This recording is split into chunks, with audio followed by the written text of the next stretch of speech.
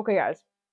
I had this crazy eye-opening experience yesterday because one of you in the comments to one of my videos said that I might have hyperaphantasia. There we go. Basically, a crazy imagination. And I thought what I've been experiencing my whole entire life was normal. Apparently, it's not. Apparently, it's actually pretty rare. And that was a trip to find out. But I looked online to see, like what's the test to see if you have this, because you don't really have to go to a doctor or anything. It's like if you have it, you have it. But the test is, and if you're at home, do this test on yourself right now. Close your eyes. Think of an apple in your hand, right in front of you. Okay. Think of the color. Think of if you can see the texture on the apple. Can you zoom in and see all the tiny little details on the apple too? Can you rotate it in your mind is a really big one, rotating objects in your mind. And so I actually tried this with my boyfriend. I can do all of it. I can do that. I can rotate it. I can, see everything in my, like, everything. Like it's almost in real life. And I asked him, and he was like, "What apple?" Like he couldn't even see an apple in his mind. And I found out that he doesn't have an imagination, which was insane. And I feel like I've never heard anyone talk about this before, so I wanted to talk about it on here with you guys. Um, but yeah, so since I realized that, I've been thinking about everything in my life that has either been helped or that has been disadvantaged because of it. So that's what I'm gonna share with you guys. Like things that when I'm looking back now, I'm like, ooh, yeah, that could have been a cue that I have this thing. And by the way, also hyperaphantasia has been linked to ADHD and autism, which we talk pretty much only about on this channel, and just neurodivergent shit in general. Anyway, so the first thing was that I have always associated people with animals, patterns or colors or, stuff like that. So my boyfriend, he's a bear. Like that's just what he is. That's always what he's been. He's brown. Like when I think of him, like no, not his skin color, okay? Not his skin color. I don't mean it like that. But the color brown, he is brown in my mind for some reason. Like very like tan, beigey, natural colors. He's the woods, even though his cologne, like he wears cologne, it doesn't smell like the woods or anything. But he is like the woods, like the way the woods smell, the way they look. That's how he is to me, and I've always had that. And I remember one of my first jobs as a teenager, it was working in an ice cream shop, and it became kind of a game because I was good buddies with everybody I worked with, and we kind of had a little game where like people wanted to know what kind of animal they were in my head. So I know this one chick I worked with, she was a flamingo. My boyfriend that I worked with there at the time, my ex boyfriend, um, he I actually can't remember what he was, but everybody had their own like thing. And also colors, like some people are pink, some people are, but that's the way that my brain helps to remember people. Like I also remember people by, like the color of their hair. Like that has a lot to do with it or something. Or the shape of the person. Um yeah. So I thought that was I think I'm pretty sure that's linked. But also going to like school and memorizing things and such. I've always had a really easy time with subjects, or say at work or something, if I have to memorize something, with visual things. So, especially if I'm able to attach a visual to the thing. So, tests actually have been pretty easy for me for most of my life because thankfully I'm able to, it's either given to me, visuals are either given to me, like if I have to memorize an equation or something, usually there's a visual on the side or something, but if there's not, I usually make one for myself, and that's not normal either. But yeah, so what I wanted to say about that was tests have been really easy for me because I can see my notes. So when I'm taking the test and say there's, or this could also be at work, like if you have a client that's asking you something and you have to go back in your memory, remember something like a menu item or some kind of policy you have or something. I, in the moment, literally physically see, like it's not like right in the real world, but I can see it in my mind. It's like it's almost like it's there in real life. I can see the thing that I'm trying to remember. So it's very easy, like if say like with my example about taking a test in school, If it says the question has to do with some kind of equation that you had to memorize, I see the equation in my mind. Like I'll see like say I don't know, MC equals whatever that equation is. I will see it in my head in the also in the Times New Roman format or whatever it is that I saw it first or memorized it in. I will see that, or the ink, the color of the ink that I memorized it into. And I found a cheat code to help me memorize things easier is to color code everything. And I remember I talked about, it was my last video, of how anal I am about color coding everything, all of my notes. And I thought it was because, oh, I'm just organized and I'm autistic, which could be part of it. But I think most of it is because when I color code everything specifically, so titles have their own color, subtitles have their own color, equations or things that I need to memorize that I need to look back on later have their own color too. So I remember everything in colors, which was really interesting. And then, but also the downside with that is if I'm learning something at work, in life, at school, whatever it is, I have a really hard time memorizing it if there's no visual available or if it's hard to make a visual for it. So I know I work at a restaurant.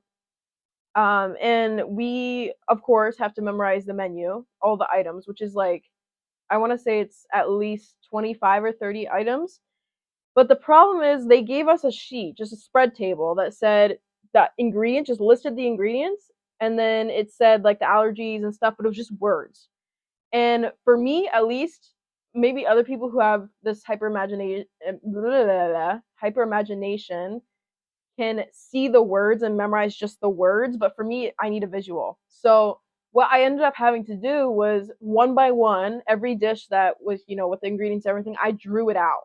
Like I drew the diced onions on top of the taco, and and I would also label it, and I would draw it in color too. Like that way I can, when I'm trying to help a customer and they're like, "Oh, what's on the tuna tacos?" or whatever it is, I just see what I drew in my mind. And then I can just look at the picture. It's almost like if you just handed somebody a picture of I don't know, what's pizza. Like a pizza with three toppings on it, just handed them a picture, a random person on the street, and you're like, "Hey, what's on this pizza?" just by looking at it. And they're like, "Oh, this has onion, sausage, pepperoni, whatever it is." And that's how it works in my mind too. Like I see the picture and I just look at it and I'm like, "Oh yeah, yeah, that I know that it has, the onions, the tuna, whatever." Before I memorize it. That's how I don't know. I don't know. I think you guys get what I mean though. And also, so going away from memorizing things, I've always had super vivid dreams, very vivid dreams. And I guess I never realized this was abnormal either because you don't really talk to people about your dreams. Like it's kind of weird just to go up to somebody and just be like, "Oh, I had this dream last night. It had like goblins and mystical creatures in it." Like it's just weird. I guess you could talk to your friends about it, but it doesn't. I have talked to my friends about my dreams, but they also either have this or they're hella autistic or ADHD. So like we all just, our normal is abnormal, but it's our normal. You know what I mean? But where was I? Vivid dreams. So they're very they're very mythical and mystical is all I'll say. And also like I remember them. I was talking to a commenter on one of my past videos about this, about how she or he or I don't know, I think it was she, but she was saying that she also has the same thing with super vivid dreams, and also lucid dreams are awesome because then you can like make a whole world however you want because your brain is just very creative visually like that. But I can wake up and she was also saying, like this commenter, she was like, you know, I've heard people in my life say that they wake up and they can't really remember the details of the dream visually, but I can. And I'm like, yes, me too. Like I can wake up and tell you, say if the dream was about there was this one dream that I had all the time that was a nightmare. And we'll get to the nightmares too. Nightmares are awful when you have hyperaphantasia, but there was this one nightmare I had where I would start the dream in this is how all my nightmares go is I'll have the same dream the entire night, and it goes over and over and over until I get the dream right, like until I win or whatever it is. But so the dream is I start out in front of like this Colosseum castle thing, and the hills. So it's like a normal. It's a very big valley with really big hills. But the difference is the hills are moving. They're moving like they're the ocean or something. And I also have this thing where I'll teleport between places, so I never actually walk across the field. I'm just suddenly in the castle, and it's like just kind of silently known that, oh yeah, I just walked that, but I never saw me walking it. You know what I mean? And so, but yeah, so then I'll like kind of like teleport to the castle, whatever, and I'm with a group of people, and there's like just a bunch of, it's just crazy. It's like the labyrinth. If you've ever seen the movie The Labyrinth, it's like that. It's like very there's just so many details in the quote unquote props, I guess you could say. But in the Colosseum, like it's very intricate. It's like a huge, like hundreds of feet tall ceiling, and it's all marble, and it has like these the what do you call it, the Roman columns with all the swirls, and it's just very intricate. And there's like a this huge chandelier in the middle of the room, and then the whole like point of the dream is to basically get into this castle and make it out alive. I'm kind of going into a tangent about this dream, but uh and every time I usually get killed by these, like there's these huge like goblin creature things in the castle. And there's also like this sounds so nerdy, but there's also like this quote unquote final boss, wizard guy, and he like floats in the air, and he has this very like long cape, and it's just so many details that I'm seeing the dream right now too as I talk to you about it. But I usually, this is where the nightmare part comes in, is when I have nightmares like this, usually I'm getting killed. And I don't know if I'm allowed to say that word on YouTube, hopefully. But with this specific dream, at least, the like ogres, the trolls, whatever you want to call them, they'll like punch me so hard that it kills me, and I can feel it. Like my brain is so imaginative. I've never been punched like that before, ever. Like to a point where you die, like or like obviously, or like I get seriously hurt. And somehow my brain makes up the feeling. Like I can feel how it feels to be stabbed in real life because I've felt it in a dream. And with nightmares like this, usually what happens is I'll get killed, I'll get punched or whatever, like kicked for that. Like it's so bad. It's so bad. It sounds really horrible, and yeah, but I can feel it, and then the dream restarts, and then I have to do it again, knowing that I'm going to die again, and I can't get out of it, and it's pretty bad. But um, oh, my nail just broke off. That did not feel good. But yeah, so that's pretty bad. Like you can feel I've gotten, like I was saying, in dreams where I feel like I've gotten stabbed. Those are the same dreams where I have to do the same dream like 7 or 9 times over until I get it right or I win, quote unquote. And then I basically don't die, and then I just wake up. But that was a long tangent. But also, so this is a little bit more positive now.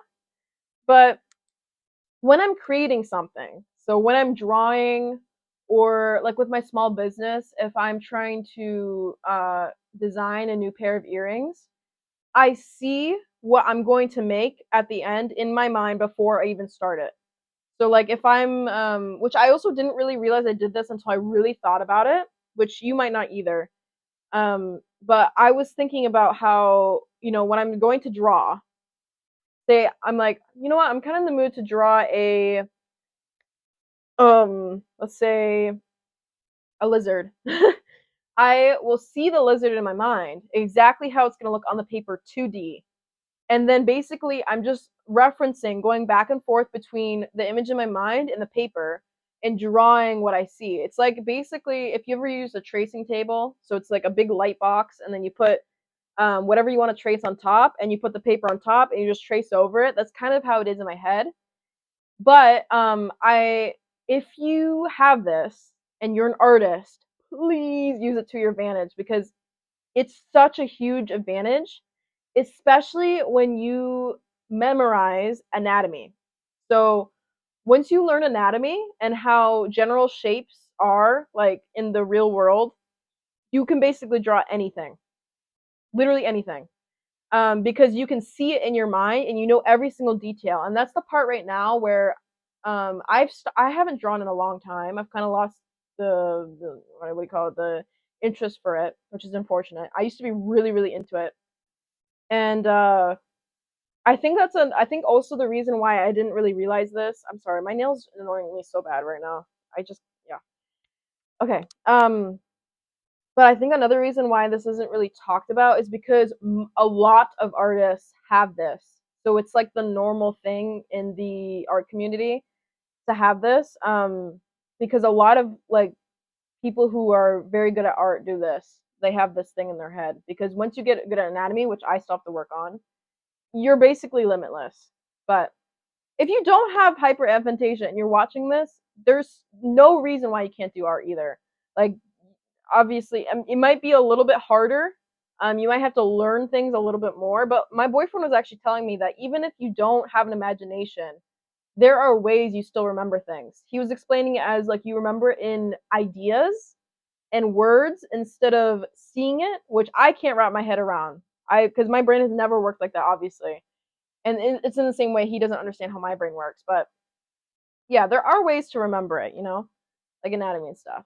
But also with the imagination stuff, I have had crazy trips, like crazy weed trips. Like really bad trips. If the trip becomes bad or if I took too much, I've talked about this in a video before, but it can get really bad really fast. I want to make sure yeah, my microphone's still on.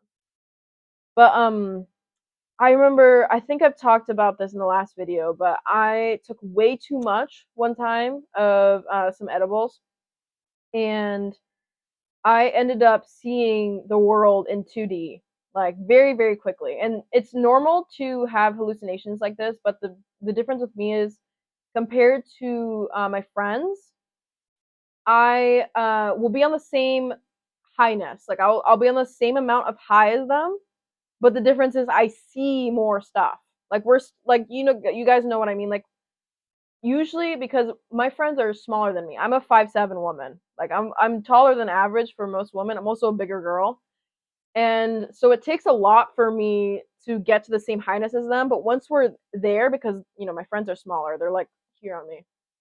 But once that we get there, um I see things really quickly. Like the room will warp.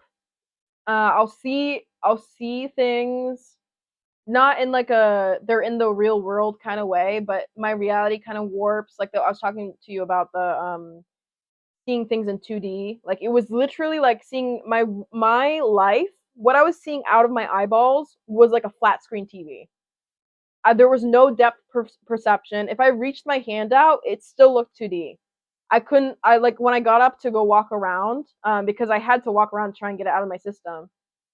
It was insane. Like even walking around, sometimes it would still come back and walking around, like going forward in a world where it's 2D is the craziest thing. But yeah, be very careful with that if you have hyperaphantasia. Like I have never done shrooms. I think it's gonna be a long time until I do them because of this. So that's a warning, okay? If you have a very hyper imagination, be very careful with the substances you use and how much you use. Don't get into any crazy shit, okay? But also one of so my the last thing is one of my tips to people who are just finding out that they have hyperaphantasia or you have like a wonky imagination is to associate things with objects. So if you have to learn something, or if you have to, like, say, if you're trying to get to know somebody and you're forgetting their name, or you don't remember what they look like, or something, what I often do is I associate them with an object. This is kind of subconsciously. Like, I've never actually had to, I don't think, yeah, I've never actually had to, like, purposely try and do it, but it may help you um, to associate people with things and objects and patterns and colors. And if you have to, put the example down here. If you have to learn a speech or something that's really important for work or something that's just words and it's hard to memorize because there's no visual, make a visual story in your head and associate that with the thought, or associate the image with the thought that you're trying to memorize. So I give the example of if you're a chemistry major or if you've taken a chemistry class, you'll probably remember this, but there's something called unit conversions. You don't have to know this. This is just an example. um, but unit conversions, you basically have to memorize each conversion. So I wrote it down because I memorize it in the story that I make in my head. So I can't actually tell you the letters without writing it down. So it's TGMKDCMUNP. And you can see how like that is really hard to memorize, especially if you're a visual person. So what I did is I made up a story. So I made up an abbreviation, which is thank God my kangaroo drinks chocolate milk until noon p.m.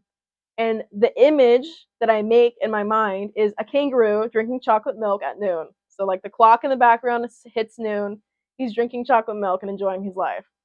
So yeah, that's my tip to anybody who just found out that you're super imaginative. Hopefully that will make your life a little bit easier. But I think that's all I have for this one. This one that's 22 minutes, pretty good. Okay. Um, I'll end it with wherever you are in the world.